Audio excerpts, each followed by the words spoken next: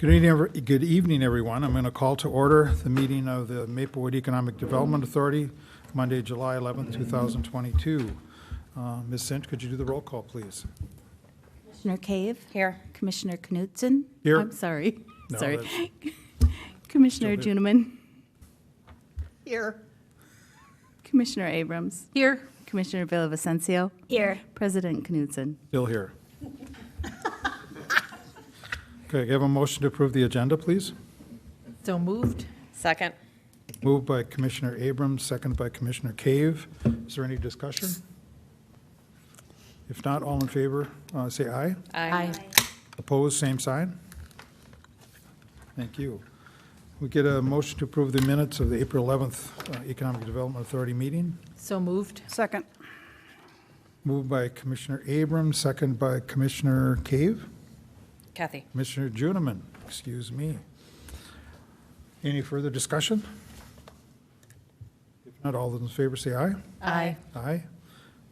Opposed? Hearing none, let's move on. No public hearing tonight, no unfinished business, and our new business is pretty exciting, actually. Been working hard for years to develop this, especially the 2040 plan and looking at affordable housing. The details are pretty remarkable, a great accomplishment, and I'd like to turn the meeting over to Assistant Executive Director Jeff Thompson. Thank you, President and Commissioners. It is that time of year, as we've done in years past. Each year, the state, through the Minnesota Housing, issues what they call their Super RFP, where they put in all sorts of funding sources for affordable housing projects throughout the state of Minnesota. It includes low-income housing tax credits, which are our federal program, includes state infrastructure bonds from the legislature. At times, it's also included money from Ramsey County and Met Council. So there's a number of funding sources that developers go after as part of this RFP process. As I said, we've had projects apply in years past, and so this is a similar action we've taken.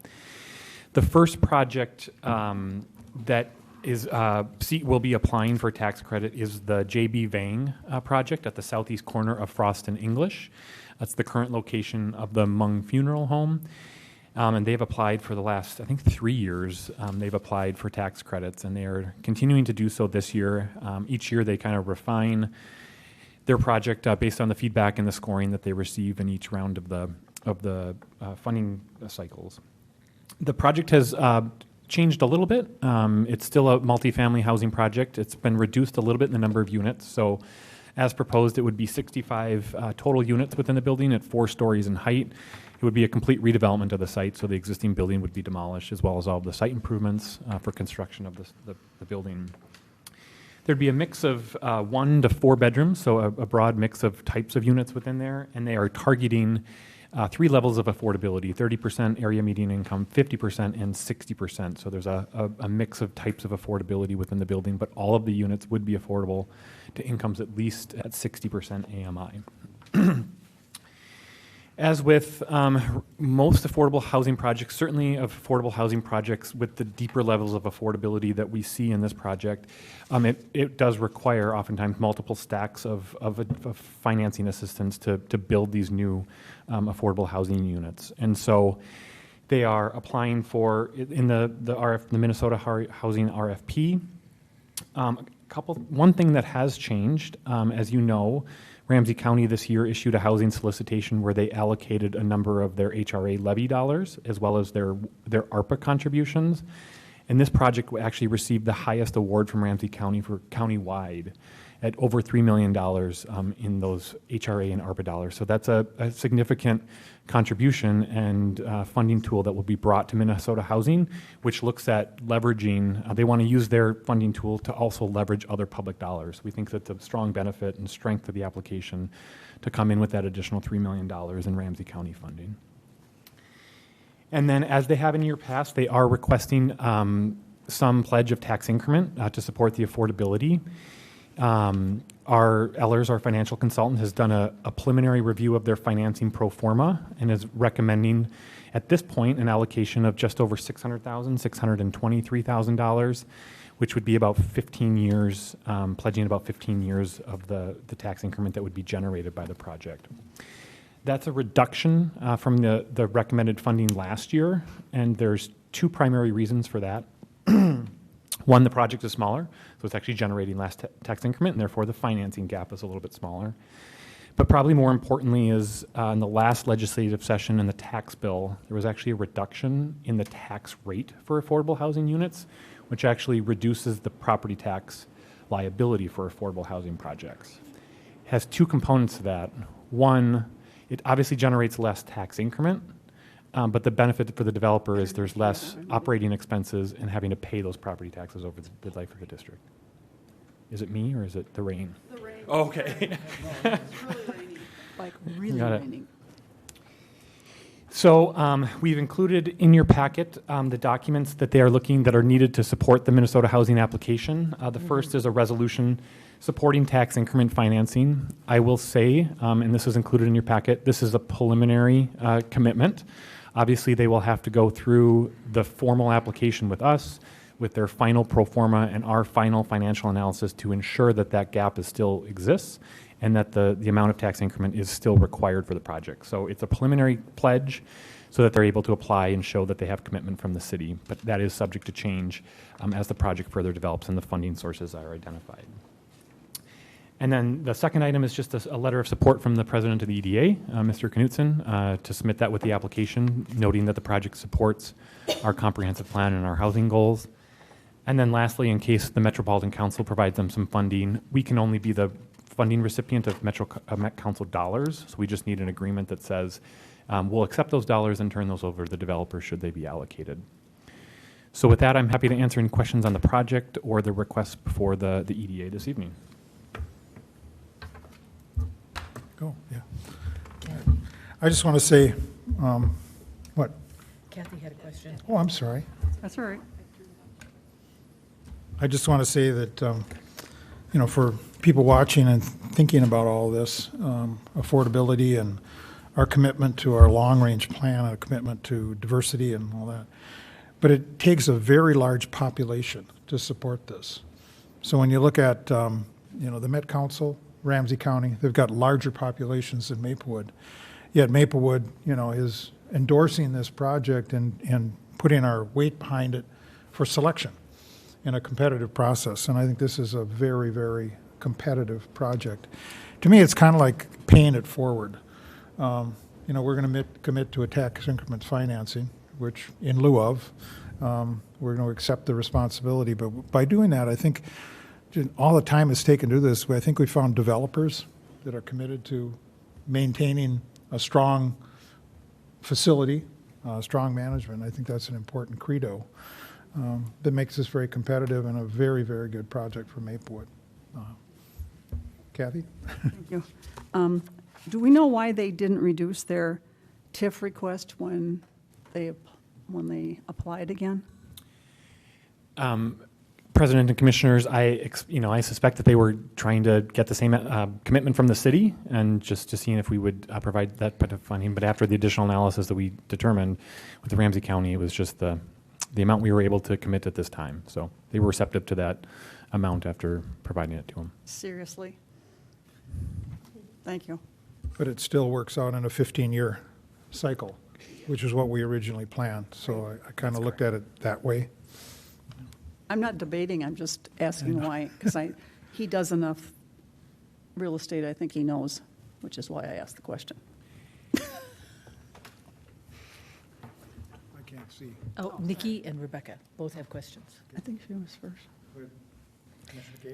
Just a question, Mr. Thompson, on the property south of there, just because they are going to be building, do we know if that property is a possibility to include in it? Because once you build on that corner, it'd be great to have that property south too.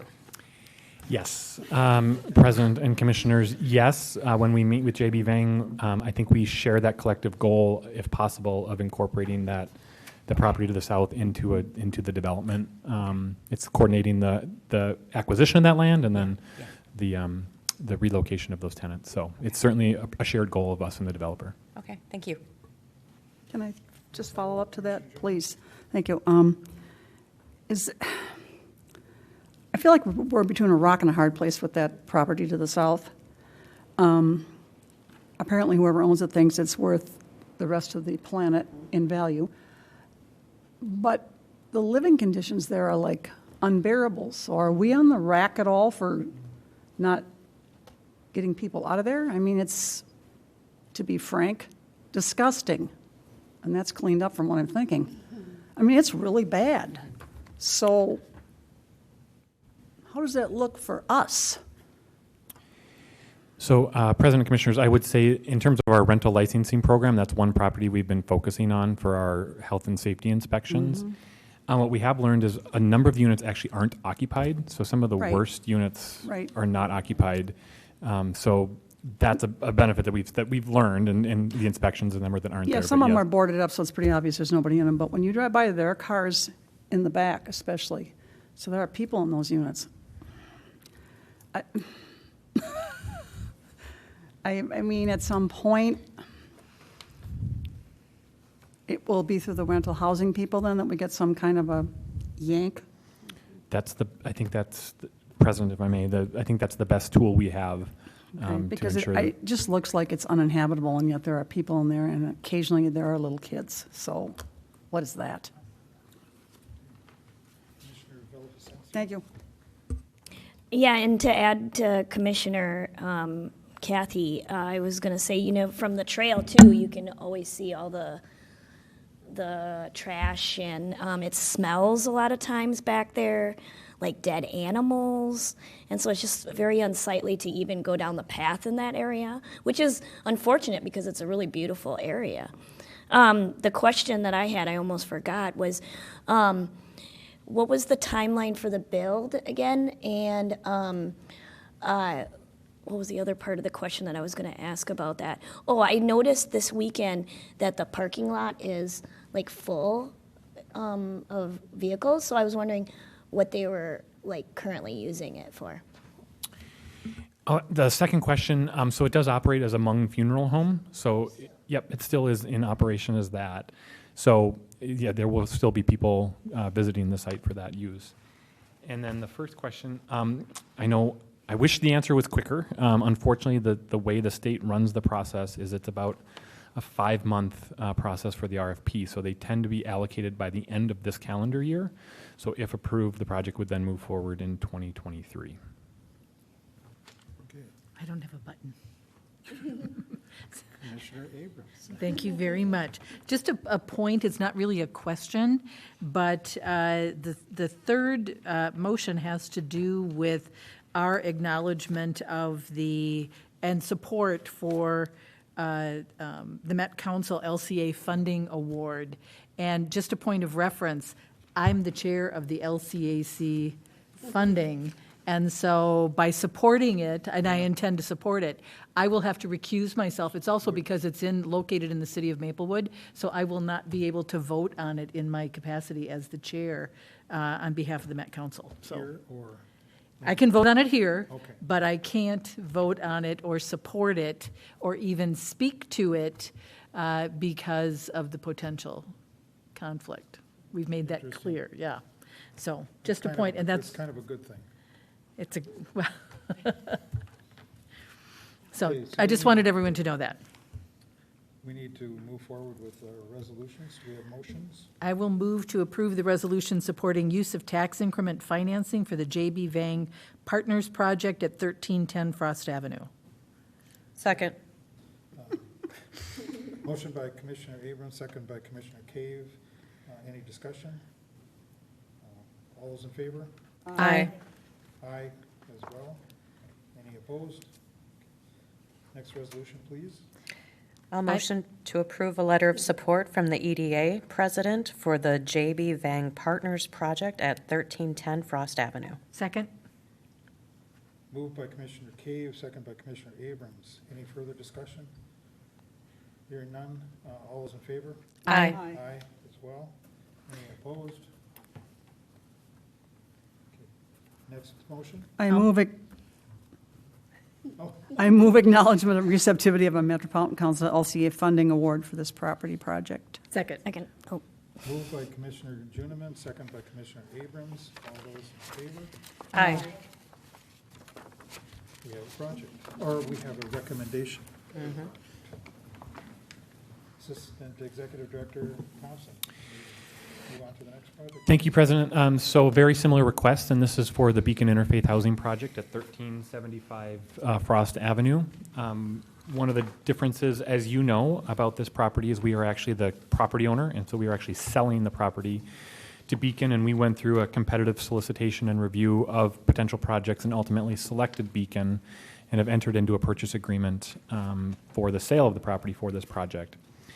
This project's a little bit smaller. It's 40 units, still 4 stories, again, a mix of 2, 3, and 4 bedrooms. And this is Beacon's model as a nonprofit housing developer is around a supportive housing model. And so these are at a little bit deeper level of affordability with all of the units being at 30% to 50% AMI. And then Beacon, as part of their model, does provide supportive services within the building for the residents that live there. Just as background, we have that purchase agreement and we have a sale price, which we believe is the market value of the site. So there's not a reduction in the sale or underwriting of the sale price at $455,000. This project actually received the second highest awarded funding from Ramsey County in their housing solicitation at $2.5 million. So we did very well in the Ramsey County solicitation for funding in this round. And so they'll be taking that source of funding into the housing tax credit process. And then they have requested 15 years of tax increment for about $426,000 in tax increment. And as the letter from Eller states, that's the exact same amount that they requested in their offer for the property. So that amount has not changed since you reviewed this project the last time. And then the additional bucket of money they are going after is they are going to be applying separately. So they're going to be applying through Minnesota Housing, but they will then be applying separately for a Livable Communities Demonstration Account grant directly from the Metropolitan Council. So they have some affordable housing funds. They also have TOD, Transit-Oriented Development Funds, that are directly allocated by the Met Council. They think they're competitive given the location and the area and the community that they'll be serving. So they will be making a separate application to the Met Council for funding for this project. And then, so those are kind of their pools of funding that they're requesting. I will also note at your next meeting, and this will be at the next council meeting, I should say, we will be bringing forward, the city will be applying, I think we talked about this at your last EDA meeting, applying for grants, or it's actually a loan, a deferred loan from Department of Employment and Economic Development for demolition of these buildings. So those are due on August 1st. And so we'll be bringing those applications to the council at your next meeting to adopt so we can apply for that funding for this year. That's a quick turnaround, so the demolition could start yet this year under that program. So that's this project. It has the same motions or the same actions as the last item. The only additional one is the fourth bullet point on this, which is a resolution from the EDA supporting the application to the Met Council for the LCDA, Housing Affordability Fund grants. So with that, staff is recommending approval, and I'm happy to answer any questions that the council may, or the EDA may have.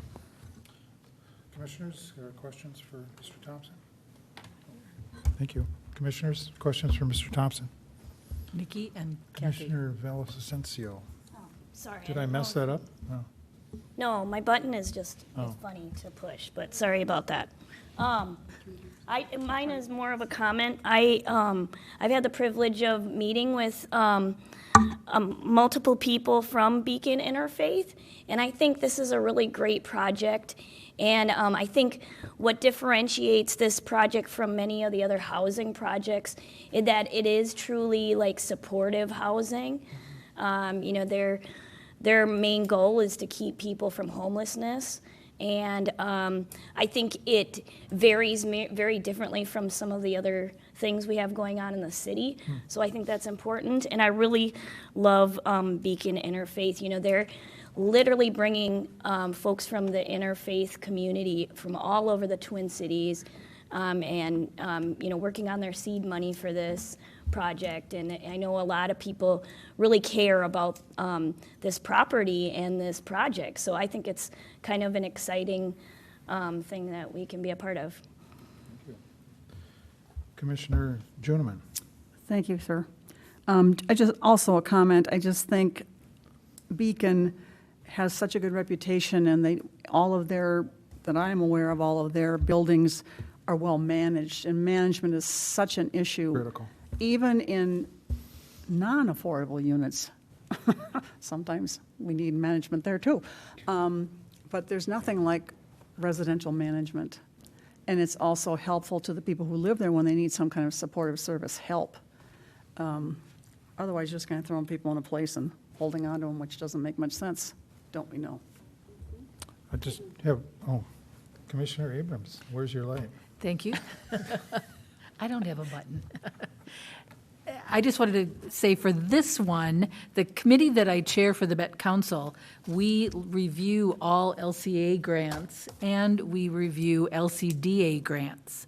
And the primary difference from the committee's perspective is transportation, that transportation is that second piece in the LCDA grants. That makes it a little bit different because it's transportation-focused development. So by voting on these tonight, I will not be able to take a position as the chair of that committee. Thank you.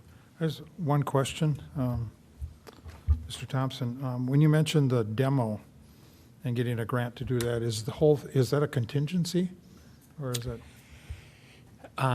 President and Commissioners, it is a contingency if we receive the grant. It would be a developer responsibility if we do not receive that grant. Okay. Thank you. Yep. Okay, can we go through these motions quickly? I will move to approve the resolution supporting use of tax increment financing for the Beacon Interfaith Housing Collaborative Project at 1375 Frost Avenue. Second. Motion by Commissioner Abrams, seconded by Commissioner Juniman. Any further discussion? Hearing none, all those in favor? Aye. President is aye as well. Motion is approved. B, Next. I'll move to motion to approve a letter of support from EDA President for the Beacon Interfaith Housing Collaborative Project at 1375 Frost Avenue. Second? Motion by Commissioner Cave, second by Commissioner Abrams. Any discussion? Hearing none, all those in favor? Opposed? Next. I'll move to approve an acknowledgement of receptivity of the Metropolitan Council LCA Funding Award for the Beacon Interfaith Housing Collaborative at 1375 Frost Avenue. Second. And it's a choral response. Moved by Thank you. Commissioner Abrams, seconded by Commissioner Villavicencio.